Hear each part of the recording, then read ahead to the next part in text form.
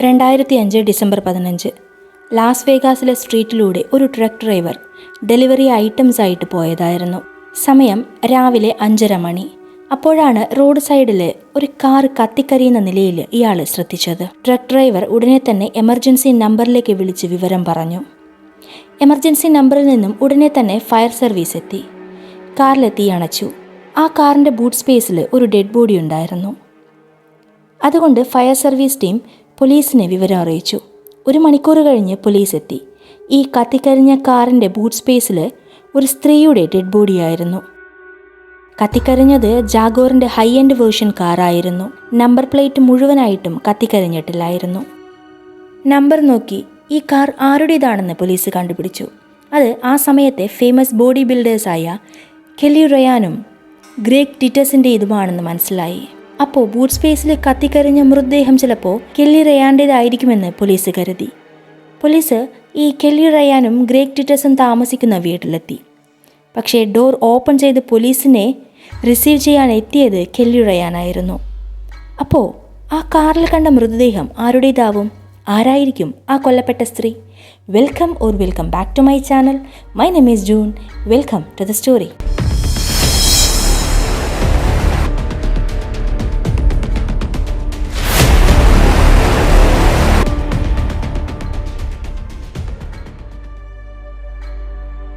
Greg ടിറ്റസും Kelly റിയാനും പ്രശസ്തരായ 2 ബോഡി ബിൽഡേഴ്സ് ആയിരുന്നു.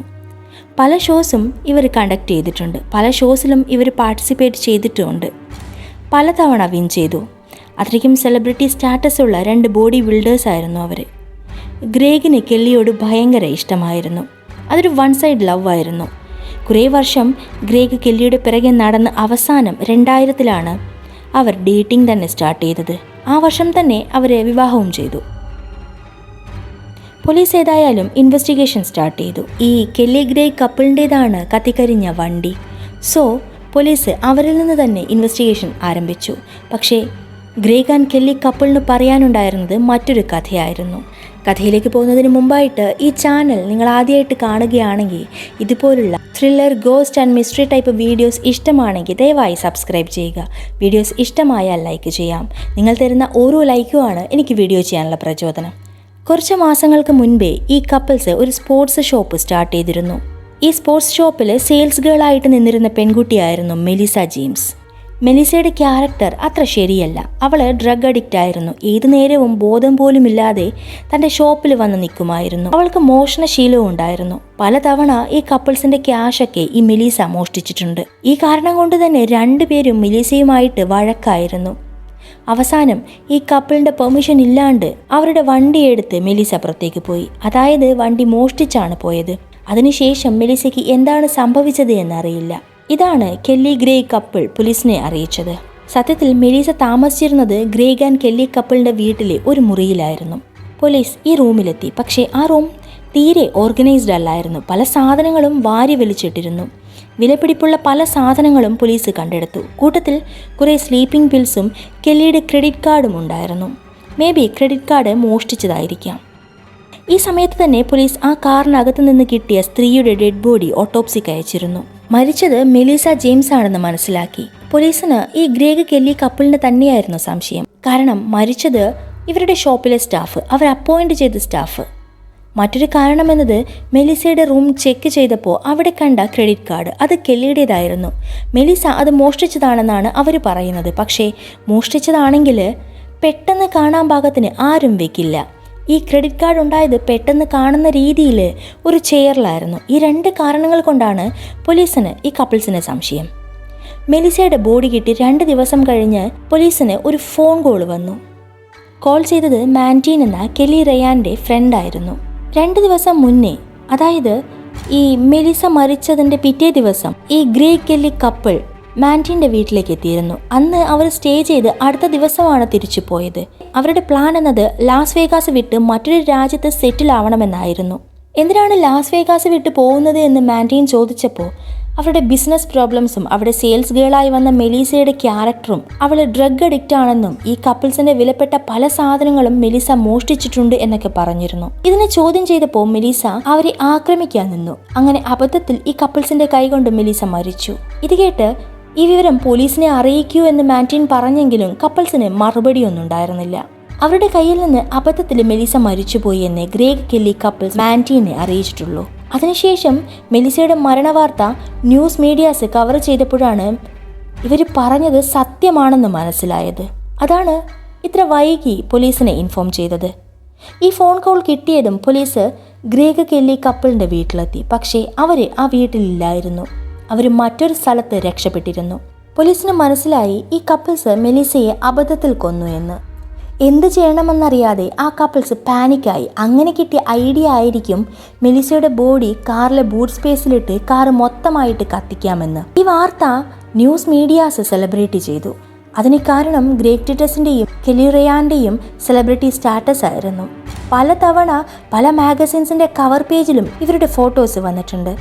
ഗ്രേഗ് പ്രശസ്തനായ ബോഡി ബിൽഡറായിരുന്നു. പല ഷോസിലും ഇയാൾ വിൻ ചെയ്തിട്ടുണ്ട്. ധാരാളം ഫാൻസും ഗ്രേഗിനുണ്ട്. പക്ഷേ ഗ്രേഗിൻ്റെ ഒരു പോരായ്മ എന്നത് ഇയാളൊരു വുമണൈസർ ആയിരുന്നു. ഗ്രേഗിൻ്റെ ഫെയിമും അയാളോടുള്ള ആരാധനയും കാരണം ധാരാളം സ്ത്രീകളും പെൺകുട്ടികളും ഇയാളുടെ പിറകെ പോവാനുണ്ടായിരുന്നു. വുമണൈസർ മാത്രമല്ല, ഇയാളൊരു ഡ്രഗ് അഡിക്റ്റും കൂടിയാണ്. മുൻപേ ഡ്രഗ് അഡിക്ഷൻ കാരണം ഗ്രേഗിനെ ഹാഫ് വേ ഹൗസിൽ നിർത്തിയിരുന്നു. ഹാഫ് വേ ഹൗസ് എന്നത് ഒരു ഗവൺമെൻറ് ഫെസിലിറ്റിയാണ്. യൂഷ്വലി ഡ്രഗ് അഡിക്റ്റിനെ അവിടെ കൊണ്ടാക്കും. ട്രീറ്റ്മെൻറ്റിന് ശേഷം 7-8 മാസം കഴിഞ്ഞ് വിട്ടയക്കും. അതിനുശേഷം പരോൾ പോലെ 3 വർഷം വീട്ടിൽ കഴിയണം. പരോൾ സമയത്ത് ഡ്രഗ് ടെസ്റ്റും നടത്തും. ഗ്രേഗ് പലതവണ ഡ്രഗ് ടെസ്റ്റ് റിസൾട്ട് തിരുത്തി കൊടുത്തിട്ടുണ്ട്. അതായത് ഗ്രേഗ് ഡ്രഗ് അഡിക്ഷൻ തുടർന്നുകൊണ്ടേയിരുന്നു. ഈ ഡ്രഗ് ടെസ്റ്റ് റിപ്പോർട്ട് തിരുത്തിയതിൻ്റെ പേരിൽ ഇയാളെ പോലീസ് 2 തവണ അറസ്റ്റ് ചെയ്തിരുന്നു. 1997 ഈ സംഭവം.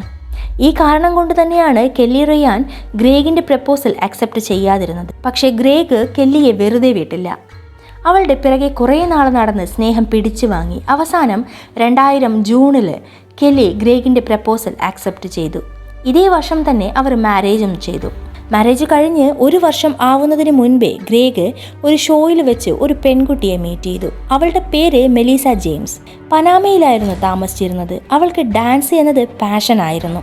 അവളുടെ 19ാമത്തെ വയസ്സിൽ അവളൊരു ഡാൻസ് സ്റ്റുഡിയോ സ്റ്റാർട്ട് ചെയ്തിരുന്നു. മീഡിയ ഓർ എൻ്റർടൈൻമെൻറ്റ് ഇൻഡസ്ട്രി ആയിരുന്നു അവളുടെ താല്പര്യം. ആസ് യൂഷ്വൽ മെലിസയെ കണ്ടപ്പോൾ തന്നെ മെലിസയുടെ കാര്യങ്ങളൊക്കെ ഗ്രേഗ് ചോദിച്ചറിഞ്ഞു. ഒരു ഓപ്പർച്യൂണിറ്റി കിട്ടാൻ വേണ്ടിയിട്ടാണ് മെലിസ സെലിബ്രിറ്റിയായ ഗ്രേഗിനോട് തനിക്കിഷ്ടം മീഡിയ ആൻഡ് എൻ്റർടൈൻമെൻറ്റ് ഇൻഡസ്ട്രി ആണെന്ന് പറഞ്ഞത്. അതിന് ഗ്രേഗ് ഒരു സൊല്യൂഷൻ കൊടുത്തു. ഇത്തരം ഇൻഡസ്ട്രിക്ക് പറ്റിയ സ്ഥലം ലാസ് വേഗാസ് ആണ്. അവിടെ നിന്നാൽ ധാരാളം ഓപ്പർച്യൂണിറ്റീസ് ലഭിക്കും. ഗ്രേഗിന് ധാരാളം സ്പോർട്സ് ആൻഡ് എൻ്റർടൈൻമെൻറ്റ് ഇൻഡസ്ട്രിയിലെ ആളുകളുമായിട്ട് കോൺടാക്റ്റ് ഉണ്ട്. ലാസ് വേഗാസിൽ നിന്നാൽ ധാരാളം ആളുകളെ പരിചയപ്പെടുത്തി തരാമെന്ന് ഗ്രേഗിൻ്റെ സ്ഥിരം ഫ്ലേട്ടിംഗ് പരിപാടി പറഞ്ഞു. മെലിസ ആകെ കൺഫ്യൂസ്ഡായി. പനാമയിൽ ഒരു ഡാൻസ് സ്റ്റുഡിയോ ഉണ്ട്, അതിൻ്റെ റെസ്പോൺസിബിലിറ്റീസ് ഉണ്ട്. പക്ഷേ മീഡിയ ആൻഡ് എൻ്റർടൈൻമെൻറ്റ് ഇൻഡസ്ട്രിയിൽ പിടിച്ചു കയറിയാൽ പിന്നെ ആ ഫെയിം വെച്ച് ഡാൻസ് സ്റ്റുഡിയോ നന്നായിട്ട് റൺ ചെയ്ത് കൊണ്ടുപോകാൻ പറ്റും. ഇതൊക്കെ ചിന്തിച്ച് മെലിസ ലാസ് വേഗാസിലേക്ക് താമസം മാറി. ഗ്രേഗ് തൻ്റെ ഇരയായ മെലിസയുമായിട്ട് ഡേറ്റിംഗ് തുടങ്ങി. ലാസ് വേഗാസിൽ മെലിസ താമസിച്ചിരുന്നത് ഗ്രേഗ് കെല്ലി കപ്പിൾ താമസിച്ചിരുന്ന അതേ വീട്ടിലായിരുന്നു. അതേ വീട്ടിലെ മറ്റൊരു മുറിയിൽ. കുറച്ചു കാലം കാര്യങ്ങൾ അങ്ങനെ നീങ്ങി. പക്ഷേ മെലിസയുടെ എക്സ്പെക്റ്റേഷൻ പോലെയല്ല കാര്യങ്ങൾ നടന്നത്. ഗ്രേഗിന് ഈ മീഡിയ ആൻഡ് എൻ്റർടൈൻമെൻറ്റ് ഇൻഡസ്ട്രിയിലെ ഒരാളെ പോലും മെലിസയ്ക്ക് പരിചയപ്പെടുത്തി കൊടുക്കാനായില്ല. ഗ്രേഗിൻ്റെ ഇൻഫ്ലുവൻസ് കൊണ്ട് മെലിസയും ഡ്രഗ്സ് യൂസ് ചെയ്യാൻ തുടങ്ങി.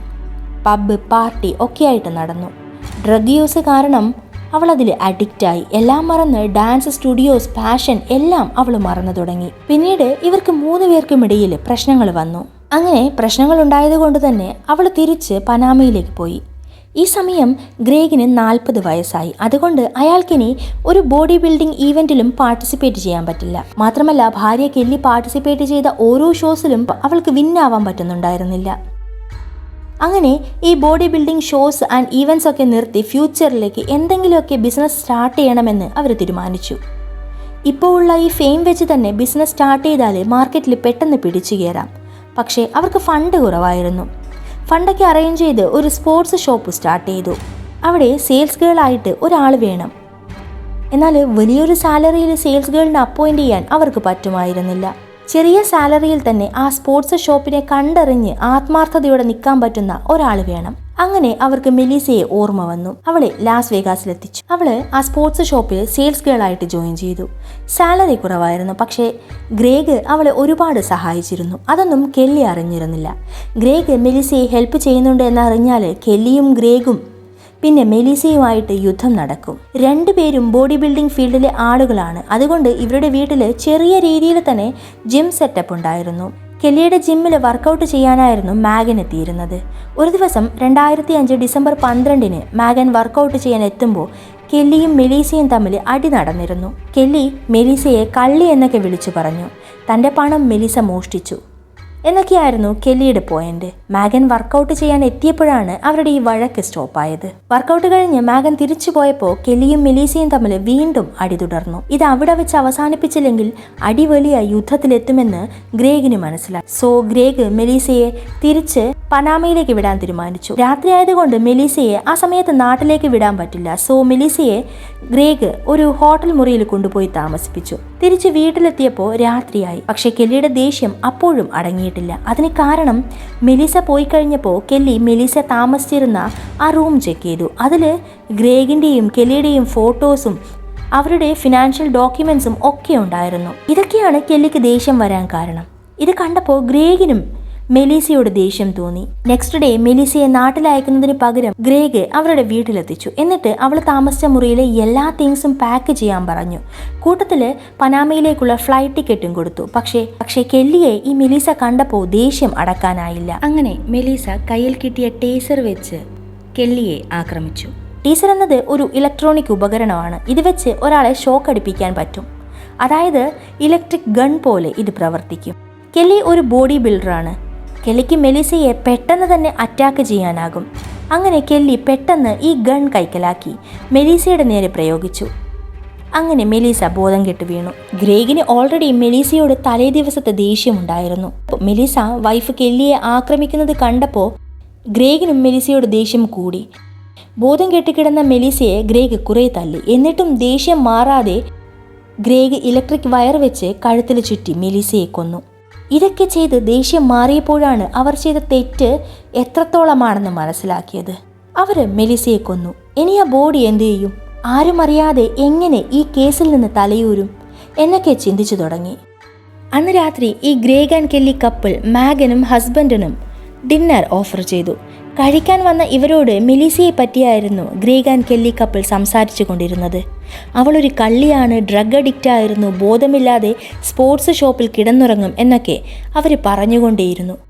മാഗനും ഹസ്ബൻഡിനും ഗ്രേഗ് ആൻഡ് കെല്ലി കപ്പിൾ ഇങ്ങനെയൊക്കെ മറ്റൊരാളെ പറ്റി കുറ്റം പറയുന്നത് കേട്ടപ്പോൾ വല്ലാണ്ടായി. ഡിന്നർ കഴിച്ച് അവർ പെട്ടെന്ന് തന്നെ വീട്ടിൽ പോവാൻ നിന്നു. അപ്പോൾ കെല്ലി ഇവരുടെ കയ്യിൽ ഒരു ജിം ബാഗ് കൊടുത്തുവിട്ടു. മാഗൻ ഇതൊക്കെ കേട്ട് വല്ലാണ്ടായിരിക്കുന്ന ആ ഒരു സമയത്താണ് ജിം ബാഗ് കൊടുത്തത്. അപ്പോൾ ഈ ജിം ബാഗിൻ്റെ അകത്ത് എന്താണ് എന്ന് പോലും മാഗൻ നോക്കിയില്ല.